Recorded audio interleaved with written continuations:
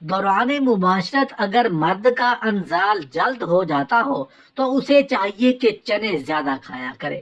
مباشرت کے دوران مرد کا عضو ڈھیلا ہو جاتا ہو تو اسے چاہیے کہ مباشرت سے پہلے کچھ دیر سو جایا کرے، یعنی نیند پوری کر کے مباشرت کیا کرے۔ محترم ناظرین، پہلے ہم بات کر لیتے ہیں کہ شرعی تقاضا پورا کرنے سے پہلے، یعنی ہم بستری سے پہلے کیا کرنا ضروری ہے۔ سمجھداری کا تقاضا یہی ہے کہ عورت کو چاہیے کہ دو الگ الگ مگر صاف کپڑے اپنے پاس، جب اس کا شوہر مجامعت سے فارغ ہو جائے تو ایک کپڑا اسے تھما دے جس سے وہ اپنی صفائی کر سکے، پھر عورت دوسرے کپڑے سے اپنی صفائی خود کرے۔ اگر ان کے پہنے ہوئے کپڑوں میں جنابت کا کوئی اثر نہ پہنچا ہو تو وہ ان کپڑوں میں نماز بھی پڑھ سکتی ہیں۔ محترم ناظرین، اسلام نے طہارت اور صفائی کے نظام کو جتنی اہمیت دی ہے شاید کسی مذہب نے دی ہو۔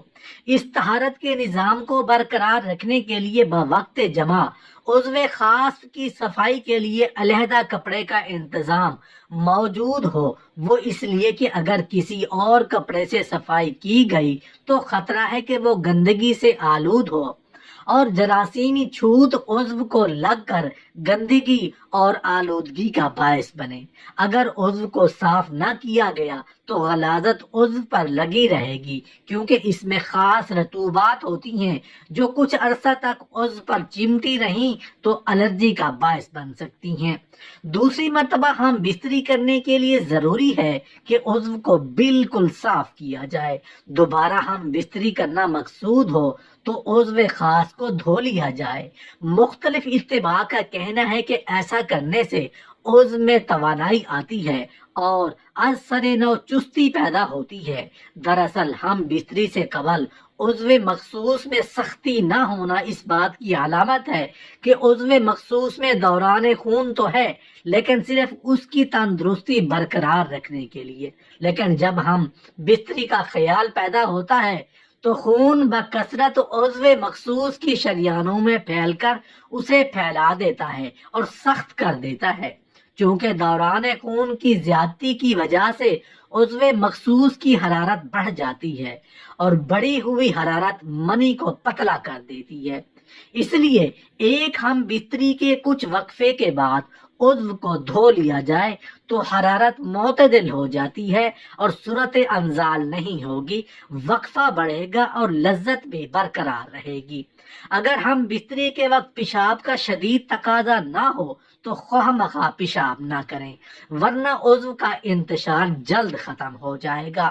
مباشرت کا فطری طریقہ تو یہی ہے کہ عورت نیچے ہو اور مرد اوپر رہے، چنانچہ سارے حیوانات اسی فطری طریقہ پر عمل کرتے ہیں اور قرآن پاک میں بھی یہی طریقہ بیان کیا گیا ہے۔ اس کی صورت یہی ہو سکتی ہے کہ عورت چت لیٹے اور مرد کے اوپر لیٹے تو اس طرح مرد کے جسم سے عورت کا جسم ڈھک جائے گا۔ اسی طریقہ میں زیادہ راحت اور آسانی ہے، عورت کو بھی مشقت نہیں اٹھانا پڑتی، نیز اس تکرار حمل کے لیے یہ بھی طریقہ مفید ہے۔ شیخ اور رئیس کے نزدیک جماع کی تمام شکلوں میں بری شکل یہ ہے کہ عورت مرد کے اوپر ہو اور مرد نیچے چت لیٹا ہو، کیونکہ اس صورت میں منی مرد کے عضو میں باقی رہ کر متعفن ہو کر اذیت کا باعث ہوتی ہے۔ مختلف کتب احادیث سے ہمیں یہ معلوم ہوتا ہے کہ ہم بستری کرتے وقت اندھیرا یا مدھم روشنی ہونا درست ہے۔ ہم بستری کرتے وقت روشنی ہلکی یا مدھم ہو تو پر لطف ہم بستری ہوگی، کیونکہ ہم بستری کا عمل مسلسل ایک پرسکون عمل ہے۔ اس پر پرسکون عمل کے لیے پرسکون ماحول چاہیے اور وہ ماحول تیز روشنی میں یکسر ناممکن ہے۔ اس لیے ہم بستری کے عمل کو پر لطف اور کامیاب بنانے کے لیے ضروری ہے کہ یا تو بالکل اندھیرا کر دیا جائے یا مدھم روشنی کو اختیار کیا جانا چاہیے۔ عورت کا جماع سے قبل ٹھنڈے پانی سے استنجا کرنا اس کی شہوت میں اضافہ کرتا ہے۔ جماع سے قبل ٹھنڈے پانی سے استنجا کرنا انزال میں جلدی کا باعث ہوتا ہے۔ مزید برآں اس سے فرج میں تنگی اور لذت میں زیادتی ہوتی ہے۔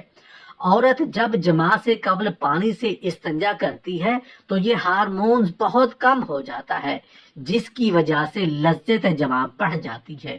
عورت کی طاقت زیادہ اور انزال جلدی ہوتا ہے، جس کا فائدہ مرد کو پہنچتا ہے، اور مرد بہت جلدی عورت پر قادر ہو جاتا ہے۔ عورت اس عمل سے بے شمار نفسیاتی امراض سے بچ جاتی ہے۔ جماع کے وقت عورت کے ایسٹروجن ہارمونز کی کارکردگی بہت زیادہ مؤثر ہوتی ہے۔ محترم ناظرین، اب ہم بات کر لیتے ہیں کہ شرعی تقاضا پورا کرنے کے بعد، یعنی ہم بستری کرنے کے بعد کیا کرنا ضروری ہے۔ ہم بستری کے بعد کوئی مرغن یا شیریں غذا، انڈے کا حلوہ، گاجر کا حلوہ، شہد آمیز دودھ یا میوہ جات کا آمیزہ کھا لینے سے قوت بہا کم نہیں ہوتی۔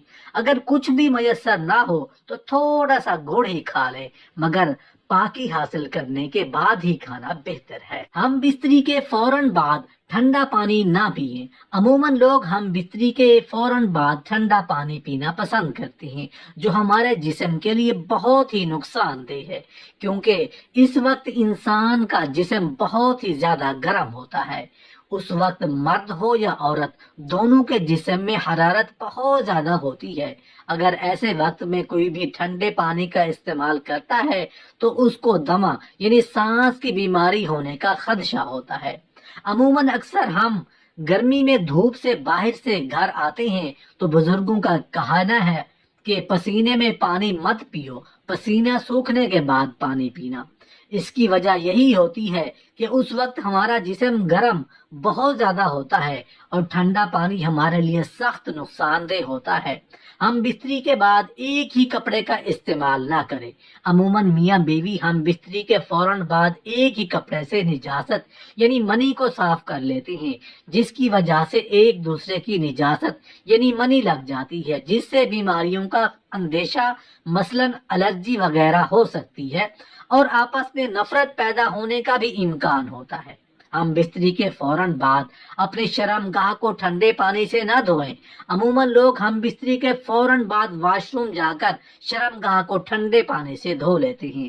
ایسا نہیں کرنا چاہیے، کیونکہ اس وقت ہمارا جسم بہت گرم ہوتا ہے اور اس کی وجہ سے نسیں پھٹنے کا اندیشہ ہوتا ہے۔ بلکہ بہت سارے حکماء کے مطابق ہم بستری کے فوراً بعد شرم گاہ پر ٹھنڈا پانی ڈالنے سے نامردی کا اندیشہ بھی ہو سکتا ہے۔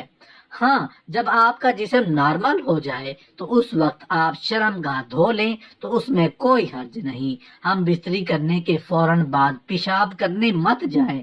کچھ خواتین کا کہنا ہے کہ ہمارا حمل نہیں ٹھہرتا، تو ایسی خواتین کو چاہیے کہ ہم بستری کے فوراً بعد پیشاب کرنے مت جائیں، کیونکہ ہم بستری کے وقت بچہ پیدا کرنے والے جراثیم عورتوں کی شرم گاہ میں جاتے ہیں۔ جب وہ پیشاب کرنے یا استنجا کرنے جاتی ہیں تو وہ جراثیم واپس باہر آ جاتے ہیں، جس سے خواتین کا حمل نہیں ٹھہرتا۔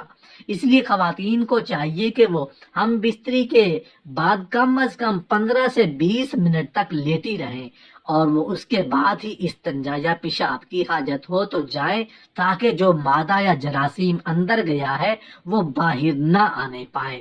ہم بستری کے فوراً بعد آپ کبھی بھی نہ نہائیں۔ عموماً لوگ ہم بستری کے فوراً بعد نہانے چلے جاتے ہیں، حالانکہ اس وقت جسم میں حرارت بہت زیادہ ہوتی ہے۔ ایسے میں اگر آپ اپنے جسم پر ٹھنڈا پانی ڈالو گے تو یہ بھی آپ کے جسم کے لیے بہت نقصان پہنچا سکتا ہے۔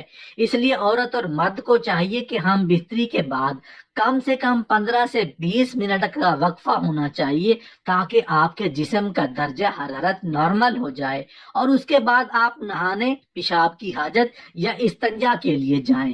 اگر آپ لوگ ہم بستری کے فوراً بعد نہائیں گے تو اس سے بہت سی بیماریوں کا اندیشہ رہتا ہے۔